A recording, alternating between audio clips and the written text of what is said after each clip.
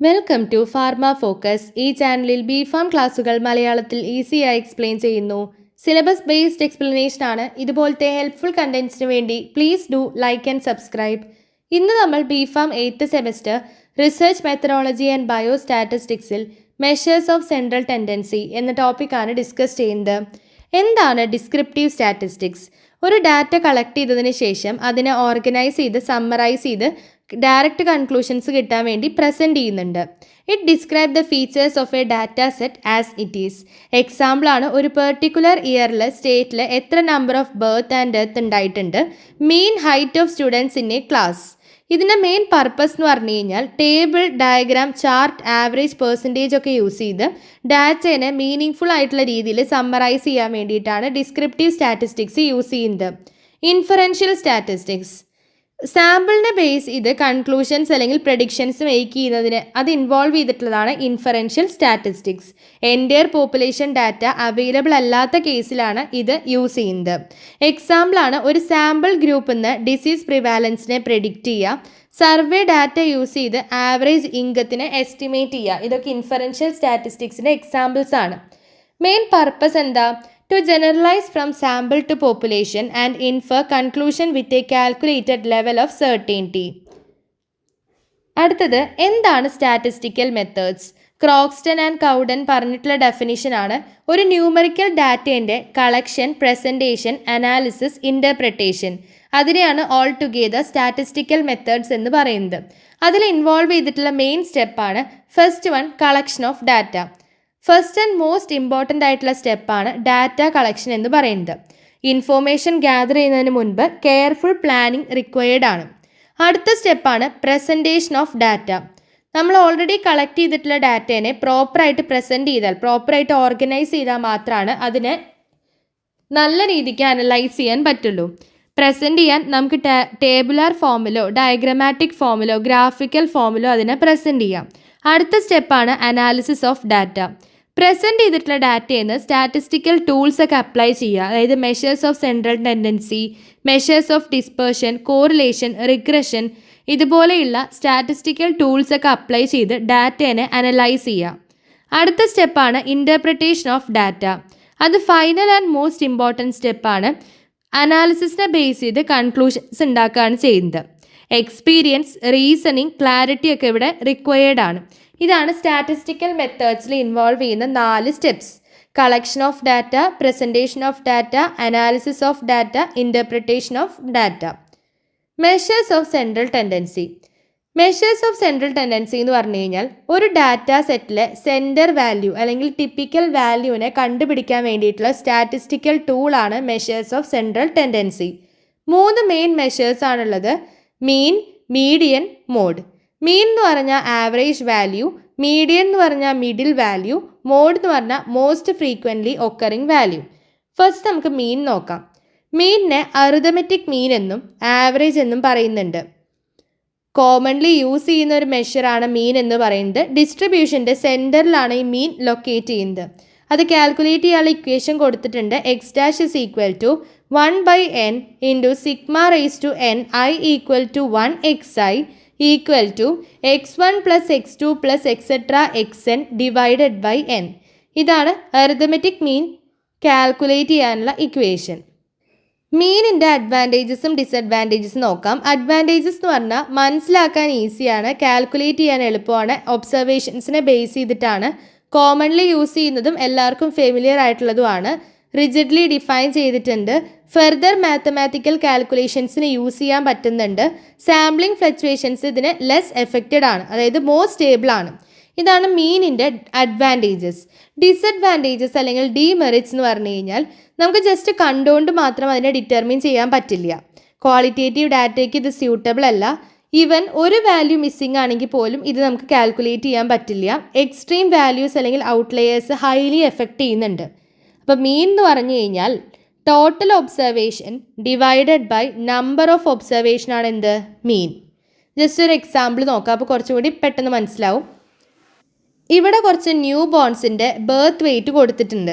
3.3 kilogram, 6.1, 5.8, 3.8, 2.7, 4.1, 3.4, 3.9, 5.13. ഇങ്ങനെ 10 new ബോൺസിൻ്റെ birth weight ഇവിടെ provide ചെയ്തിട്ടുണ്ട്. അപ്പോൾ ഇതിന്ന് മീൻ കാൽക്കുലേറ്റ് ചെയ്യാൻ വേണ്ടിയിട്ട് ആദ്യം നമ്മൾ എന്ത് ചെയ്യുക, ഈ എല്ലാ വെയ്റ്റിനെയും ആഡ് ചെയ്യുക. എല്ലാവരുടെ ബർത്ത് വെയ്റ്റും കൂടിയിട്ട് ആഡ് ചെയ്യുക. അപ്പോൾ നമുക്ക് 41.2 കിട്ടുന്നുണ്ട്. അതിനുശേഷം എത്ര നമ്പർ ഓഫ് ഒബ്സർവേഷൻസ് ആണുള്ളതെന്ന് കാൽക്കുലേറ്റ് ചെയ്യുക. 10 എണ്ണാണുള്ളത്. അപ്പോൾ ഈ 41.2 ഡിവൈഡഡ് ബൈ 10 ചെയ്ത് കഴിഞ്ഞാൽ 4.12 കിട്ടുന്നുണ്ട്. അതാണ് മീൻ ബർത്ത് വെയ്റ്റ്. അപ്പോൾ ഇങ്ങനെയാണ് നമ്മൾ മീനിനെ കാൽക്കുലേറ്റ് ചെയ്യുക. അടുത്തത് മീഡിയൻ ആണ്. മീഡിയൻ എന്ന് പറഞ്ഞു കഴിഞ്ഞാൽ ഒരു ഓർഡേഡ് ഡാറ്റ സെറ്റിലെ മിഡിൽ വാല്യൂ ആണ് മീഡിയൻ. ഒരു ഡാറ്റേനെ 2 ഈക്വൽ ഹാഫ്സ് ആക്കി ഡിവൈഡ് ചെയ്യാൻ ഇത് ഹെൽപ്പ് ചെയ്യുന്നുണ്ട്. എക്സ്ട്രീം വാല്യൂസ് ഒന്നും എഫക്റ്റഡ് അല്ല. സ്ക്യൂഡ് ഡാറ്റയിലും ക്വാളിറ്റേറ്റീവ് വേരിയബിൾസ് ആയാലും ഇത് നല്ല പോലെ വർക്ക് ചെയ്യുന്നുണ്ട്. ഇതിൻ്റെ മെയിൻ അഡ്വാൻറ്റേജസും ഡിസഡ്വാൻറ്റേജസ് എന്ന് പറഞ്ഞു കഴിഞ്ഞാൽ അഡ്വാൻറ്റേജസ് ആണ് rigidly defined, easy to compute and understand, not affected by extreme values, can be used for qualitative data, can be found graphically, work even with open ended class intervals.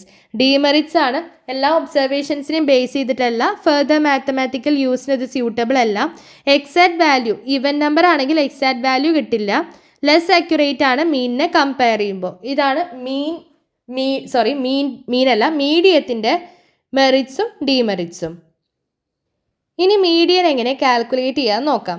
Ungrouped ഡാറ്റേൻ്റെ കേസിൽ മീഡിയനെ calculate ചെയ്യാൻ വേണ്ടിയിട്ട് ആദ്യം ഡാറ്റേനെ ascending അല്ലെങ്കിൽ descending ഓർഡറിൽ arrange ചെയ്യുക. അതിനുശേഷം number of observations odd ആണോ even ആണോ എന്ന് ചെക്ക് ചെയ്യുക. ഇഫ് ഓഡ് നമ്പർ ആണെങ്കിൽ n+1 ഡിവൈഡഡ് ബൈ 2 ആണ് മീഡിയൻ കാണാനുള്ള ഇക്വേഷൻ. ഇഫ് ഈവൻ ആണെങ്കിൽ median equal to arithmetic mean of 2 middle observations. x1, x2, x3 etcetera xn എന്ന് പറയുന്നത് n ഒബ്സർവേഷൻസ് ആണ്. അത് അസെൻഡിങ് ഓർഡറിൽ അറേഞ്ച് ചെയ്യാണ് ചെയ്തിരിക്കുന്നതെങ്കിൽ n ഓഡ് നമ്പർ ആണെങ്കിൽ xn+1/2 ആണ് ഇക്വേഷൻ. n ഈവൻ നമ്പർ ആണെങ്കിൽ xn/2 + xn/2 + 1. ഇതാണ് മീഡിയൻ കാണാനുള്ള ഇക്വേഷൻ. ജസ്റ്റ് ഒരു എക്സാമ്പിൾ നോക്കാം. 2, 3, 5, 1, 4, 5, 8. ഈ ഡാറ്റേൻ്റെ മീഡിയൻ കാൽക്കുലേറ്റ് ചെയ്യുക. അപ്പോൾ ആദ്യം അതിനെ അസെൻഡിങ് ഓർഡറിൽ അറേഞ്ച് ചെയ്യുക. 1, 2, 3, 4, 5, 5, 8. എന്നിട്ട് കാൽക്കുലേറ്റ് ചെയ്യുക. 7 + 1/2. 7 എന്ന് പറഞ്ഞാൽ അത്രയും നമ്പർ ഓഫ് ഒബ്സർവേഷൻസ് ആണുള്ളത്. അപ്പോൾ 7 + 1/2 കാൽക്കുലേറ്റ് ചെയ്യുമ്പോൾ 4th ആണ് നമുക്ക് ആൻസർ കിട്ടുക. 4th number. അപ്പോൾ 1, 2, 3, 4. 4th നമ്പർ എത്രയാണ്? 4 ആണ്. അപ്പോൾ ഇതിൻ്റെ മീഡിയൻ വാല്യൂ എന്ന് പറയുന്നത് 4 ആണ്. ഇങ്ങനെയാണ് അൺഗ്രൂപ്പ്ഡ് ഡാറ്റേൻ്റെ കേസിൽ മീഡിയനെ കാൽക്കുലേറ്റ് ചെയ്യുക. ഗ്രൂപ്പ്ഡ് ഡാറ്റയാണെങ്കിൽ അതിനൊരു ഇക്വേഷൻ ഉണ്ട്. L + n/2 - CF/F × H. ഇതിൽ L എന്ന് പറഞ്ഞാൽ lower limit of median class, N എന്ന് പറഞ്ഞാൽ number of observations, CF cumulative frequency, F frequency of median class, H class size. Just ഒരു എക്സാമ്പിൾ നോക്കാം. Find median weight of 590 infants born in a hospital in 1 year from following table. Table കൊടുത്തിട്ടുണ്ട്. Weight of ഇൻഫാൻസും number of infant CF എങ്ങനെ calculate ചെയ്യാൻ അറിയില്ലേ? ഇത്രയും നമുക്ക് already തന്നിട്ടുണ്ടാവുള്ളൂ. അത് നമ്മൾ CFനെ കാൽക്കുലേറ്റ് ചെയ്യണം. CFനെ കാൽക്കുലേറ്റ് ചെയ്യാൻ 37 എന്ന് പറഞ്ഞാൽ ഇവിടെ 37 തന്നെ. പിന്നെ അടുത്ത കോളത്തേക്ക് വരുമ്പോൾ ഇവിടെ 117 ഉണ്ട്. അപ്പോൾ ഇപ്പുറത്ത് 37 കൂടി കൂട്ടുക. അപ്പോൾ 154. അടുത്തേക്ക് വരുമ്പോൾ ഈ 3 കൂട്ടുക. 516 വരുമ്പോൾ എന്താണ്?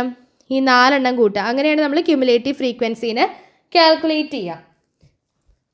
ഇതിന്ന് നമ്മൾ ഈ ഒരു ഇക്വേഷൻ പ്രകാരം മീഡിയനെ കാൽക്കുലേറ്റ് ചെയ്യണം. അപ്പോൾ n/2 ഉണ്ട്. n/2 എന്ന് പറഞ്ഞു കഴിഞ്ഞാൽ എത്ര ഇൻഫാൻസാണ് ടോട്ടലായിട്ടുള്ളത്? 590 ഇൻഫാൻസ് ആണ്. അപ്പോൾ 590 ഡിവൈഡഡ് ബൈ 2, 295 ആണ് എന്ത്? n/2ൻ്റെ വാല്യൂ വരുന്നത്. മീഡിയൻ ക്ലാസ് എന്ന് പറഞ്ഞാൽ ഇതിൽ മീഡിയൻ ക്ലാസ് ഏതാ? 1, 2, 3, 4, 5, 6. അപ്പോൾ ഇതിൽ മീഡിയൻ ക്ലാസ് വരുന്നത് 3.0 to 3.5 ആണ്. അപ്പോൾ മീഡിയൻ ക്ലാസ് അതാണ്. അപ്പോൾ L എന്നുള്ള വാല്യൂ എന്താ? ഈ സ്റ്റാർട്ടിങ്ങിൽ മീഡിയൻ ക്ലാസ്സിൽ സ്റ്റാർട്ടിങ് വാല്യൂ ആണ് L. അപ്പോൾ 3.0. F എന്ന് പറഞ്ഞാൽ 207. അതിൻ്റെ ഫ്രീക്വൻസി 207. ഇതാണ് എന്ത്? F value. CF എന്ന് പറഞ്ഞു കഴിഞ്ഞാൽ എന്താണ്? ക്യുമുലേറ്റീവ് ഫ്രീക്വൻസി നമ്മൾ നോക്കുന്ന സമയത്ത് നമ്മൾ ഏത് റേഞ്ചാണ് എടുത്തിരിക്കുന്നത് അതിൻ്റെ തൊട്ട് മുകളിലുള്ള ക്യുമുലേറ്റീവ് ഫ്രീക്വൻസിയാണ് കാൽക്കുലേറ്റ് ചെയ്യാൻ എടുക്കുക. ഓക്കെ, അപ്പോൾ CF എന്ന് പറഞ്ഞാൽ എത്രയാണ്? 154 ആണ്. ഈ ഒരു റേഞ്ച് അല്ലേ നമ്മൾ നോക്കിയിരിക്കുന്നത്. അപ്പോൾ ഇതിൽ 154, ഇതിന് തൊട്ട് മുകളിലുള്ള ക്യുമുലേറ്റീവ് ഫ്രീക്വൻസിയാണ് നമ്മൾ എടുക്കുക. 154. പിന്നെ ക്ലാസ് സൈസ് ആണ് H. ക്ലാസ് സൈസ് എന്ന് പറഞ്ഞാൽ 2.0 to 2.5, അതിൻ്റെ ഇടയിലുള്ള ഡിഫറൻസ് എത്രയാണ്? 0.5 ആണ്. അങ്ങനെയാണല്ലോ എല്ലാത്തിലും. അപ്പോൾ 0.5 ആണ് എച്ച് ക്ലാസ് സൈസ് എന്ന് പറയുന്നത്. അപ്പോൾ മീഡിയനെ കാൽക്കുലേറ്റ് ചെയ്യാൻ പറ്റുമല്ലോ, എല്ലാ വാല്യൂസും കിട്ടിയില്ലേ. അപ്പോൾ 3.0 plus 295 minus 154 into 0.5 divided by 207 എന്ന് വരുന്നുണ്ട്. അപ്പോൾ നമുക്ക് ആൻസർ എത്ര കിട്ടുക? 3.34. അപ്പോൾ മീഡിയൻ്റെ കാൽക്കുലേഷൻ ഇങ്ങനെയാണ് ചെയ്യേണ്ടത്. ഗ്രൂപ്പ്ഡ് ഡാറ്റയ്ക്കും അൺഗ്രൂപ്പ്ഡ് ഡാറ്റയ്ക്കും സെപ്പറേറ്റ് ആയിട്ടുള്ള കാൽക്കുലേഷനാണ്. അടുത്തതാണ് മോഡ്. മോഡ് എന്ന് പറഞ്ഞു കഴിഞ്ഞാൽ ഒരു ഡാറ്റ സെറ്റിൽ മോസ്റ്റ് ഫ്രീക്വൻ്റ്ലി ഒക്കറിങ് വാല്യൂ ആണ് മോഡ്. അൺഗ്രൂപ്പ് ഡാറ്റേൻ്റെ കേസിലാണെങ്കിൽ ജസ്റ്റ് നമ്മൾ ആ ഡാറ്റ സെറ്റ് ഒന്ന് നോക്കുക. അപ്പോൾ അതിൽ ഏറ്റവും കൂടുതൽ ഏത് വാല്യൂ ആണ് കാണുന്നത്? അതാണ് മോഡ്. എക്സാമ്പിൾ 2, 2, 3, 4, 6, 7, 4, 4, 4, 8, 9, 0. ഇതിൽ മോഡ് എത്രയാണ്? 4. കൂടുതൽ തവണ കാണുന്നത് 4 അല്ലേ, അപ്പോൾ മോഡ് 4 ആണ്. 10, 10, 3, 3, 4, 2, 1, 6, 7. അപ്പോൾ ഇതിൽ 10ഉം 2 പ്രാവശ്യം വന്നിട്ടുണ്ട്, 3യും 2 പ്രാവശ്യം വന്നിട്ടുണ്ട്. അപ്പോൾ മോഡ് എന്താണ്? 10ഉം 3യും ആണ്. അടുത്ത ഡാറ്റ 10, 3, 4, 2, 3, 12, 1, 13, 4. ഇതിൽ ഇവിടെ എഴുതിയിലൊരു മിസ്റ്റേക്ക് ഉണ്ട്. ഇതിൽ 3 2 പ്രാവശ്യം റിപ്പീറ്റ് ആയിട്ട് വന്നിട്ടുണ്ട്. അപ്പോൾ ഇവിടെ മോഡ് എത്രയാണ്? 3 ആണ് വരിക. ഇനിയിപ്പോൾ അഥവാ റിപ്പീറ്റ് ആയിട്ടൊന്നും വരാതെ ഇപ്പോൾ 10, 12, 20, 6, 2 ഇതാണ് ഡാറ്റ സെറ്റ് എങ്കിൽ ഇതിൽ നമുക്ക് ഒന്നും റിപ്പീറ്റ് ആയിട്ട് വന്നിട്ടില്ല. അപ്പോൾ നോ മോഡ് എന്നാണ് നമ്മളിവിടെ എഴുതേണ്ടത്, മോഡ് കണ്ടുപിടിക്കാനുള്ളതിൽ എഴുതേണ്ടത്. ഇതാണ് അൺഗ്രൂപ്പ്ഡ് ഡാറ്റേൻ്റെ കേസിൽ. ഇനി ഗ്രൂപ്പ്ഡ് ഡാറ്റ ആണെങ്കിൽ അതിനൊരു ഇക്വേഷൻ ഉണ്ട്. L plus F0 minus F1 divided by 2F0 minus F1 minus F2 into H. ഇതിൽ F0 എന്ന് പറഞ്ഞു കഴിഞ്ഞാൽ മോഡ് ഫ്രീക്വൻസി ആണ്. F1 എന്ന് പറഞ്ഞാൽ frequency just lower mode class. F2 എന്ന് പറഞ്ഞാൽ frequency after mode class. L lower limit of mode class. H എന്ന് പറഞ്ഞാൽ ക്ലാസ് ഡിഫറൻസ്. നമുക്ക് എക്സാമ്പിൾ നോക്കാം.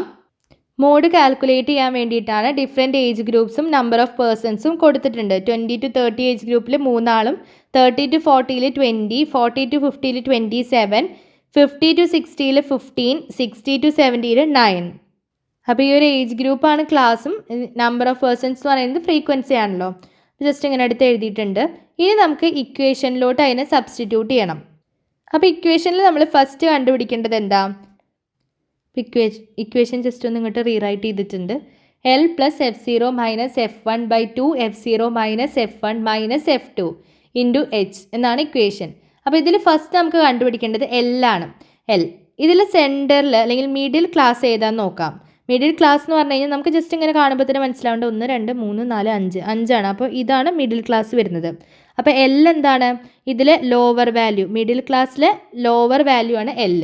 അപ്പോൾ L എന്ന് പറഞ്ഞാൽ 40 ആണ്, നമുക്ക് കിട്ടി. അടുത്തത് ഇതിന് നേരെയുള്ള ഫ്രീക്വൻസി വാല്യൂ, ഇതാണ് F0. അപ്പോൾ ഈ ഒരു മിഡിൽ ക്ലാസ്സിന് നേരെയുള്ള ഫ്രീക്വൻസി വാല്യൂ ആണ് F0. ആ F0ൻ്റെ തൊട്ട് മുകളിലുള്ള ഫ്രീക്വൻസി വാല്യൂ ആണ് F1, തൊട്ട് താഴെയുള്ളതാണ് F2. അപ്പോൾ L കിട്ടി, F0 കിട്ടി, F1 കിട്ടി, F2 കിട്ടി. ഇനി H ആണ്. H എന്ന് പറഞ്ഞു കഴിഞ്ഞാൽ എന്താ? ഓരോ ക്ലാസ്സും തമ്മിലുള്ള ഡിഫറൻസ്. അപ്പോൾ 20 to 30, 30 to 40 പറയുമ്പോൾ അവിടെ H എന്താണ്? 10 ആണ് വരിക. അപ്പോൾ ആ ഒരു ഇക്വേഷനിൽ സബ്സ്റ്റിറ്റ്യൂട്ട് ചെയ്യാലോ. ഇനി 40 പ്ലസ് 27 മൈനസ് 20. സോറി, ഇത് 27 ആണ് കേട്ടോ. ഇങ്ങോട്ട് വാല്യൂ മാറി എഴുതുമ്പോൾ മിസ്റ്റേക്ക് വന്നതാണ്. ഇവിടെ 27 ആണല്ലോ. അപ്പോൾ 27 minus 20 divided by 2 into 27 minus 20 minus 15 into 10 H value. അപ്പോൾ നമുക്ക് ആൻസർ എത്ര കിട്ടും? 43.68 എന്നാണ് ഇതിൻ്റെ മോഡ് വാല്യൂ നമുക്ക് കിട്ടുന്നത്. മോഡ് എന്ന് പറഞ്ഞു കഴിഞ്ഞാൽ ഈ മോഡും മീനും തമ്മിലൊരു റിലേഷൻ ഉണ്ട്. അതാണ് mode equal to 3 median minus 2 mean. ഇതാണ് മോഡും മീനും തമ്മിലുള്ള 3 മെഷേഴ്സ് ഓഫ് സെൻട്രൽ ടെൻഡൻസിയും തമ്മിലുള്ള റിലേഷൻഷിപ്പ് എന്ന് പറയുന്നത്. അപ്പോൾ അത്രയാണ് നമുക്ക് മെഷേഴ്സ് ഓഫ് സെൻട്രൽ ടെൻഡൻസിയിൽ പഠിക്കാനുള്ളത്. അപ്പോൾ നമ്മൾ ഇന്നത്തെ ക്ലാസ്സിൽ ജസ്റ്റ് എന്താണ് ഡിസ്ക്രിപ്റ്റീവ് സ്റ്റാറ്റിസ്റ്റിക്സ്, എന്താണ് ഇൻഫറൻഷ്യൽ സ്റ്റാറ്റിസ്റ്റിക്സ്, പിന്നെ സ്റ്റാറ്റിസ്റ്റിക്കൽ മെത്തേഡ്സിൻ്റെ ഡെഫിനിഷനും ആ സ്റ്റാറ്റിസ്റ്റിക്കൽ മെത്തേഡ്സിൽ ഇൻവോൾവ് ചെയ്യുന്ന സ്റ്റെപ്സും, മെഷേഴ്സ് ഓഫ് സെൻട്രൽ ടെൻഡൻസിയിൽ മീൻ, അരിതമെറ്റിക് മീനും ആവറേജ് എന്നൊക്കെ പറയും, മീനിനെ പറ്റിയിട്ടും മീഡിയനെ പറ്റിയിട്ടും മോഡിനെ പറ്റിയിട്ടും നമ്മൾ ഡിസ്കസ് ചെയ്തിട്ടുണ്ട്. അത് മൂന്നും തമ്മിലുള്ള റിലേഷനും ജസ്റ്റ് ഒന്ന് ഡിഫൈൻ ചെയ്തിട്ടുണ്ട്. അപ്പോൾ അത്രയേ ഉള്ളൂ മെഷേഴ്സ് ഓഫ് സെൻട്രൽ ടെൻഡൻസി. ഇതിൻ്റെ നോട്ട് ഡിസ്ക്രിപ്ഷൻ ബോക്സിൽ പിൻ ചെയ്ത് വെക്കാം, വേണ്ടവർ ജസ്റ്റ് കയറി ചെക്ക് ചെയ്താൽ മതി. അപ്പോൾ അത്രയേ ഉള്ളൂ ഇന്നത്തെ ക്ലാസ്. അടുത്തൊരു ടോപ്പിക്കായിട്ട് അടുത്ത ക്ലാസ്സിൽ കാണാം. Until then happy learning.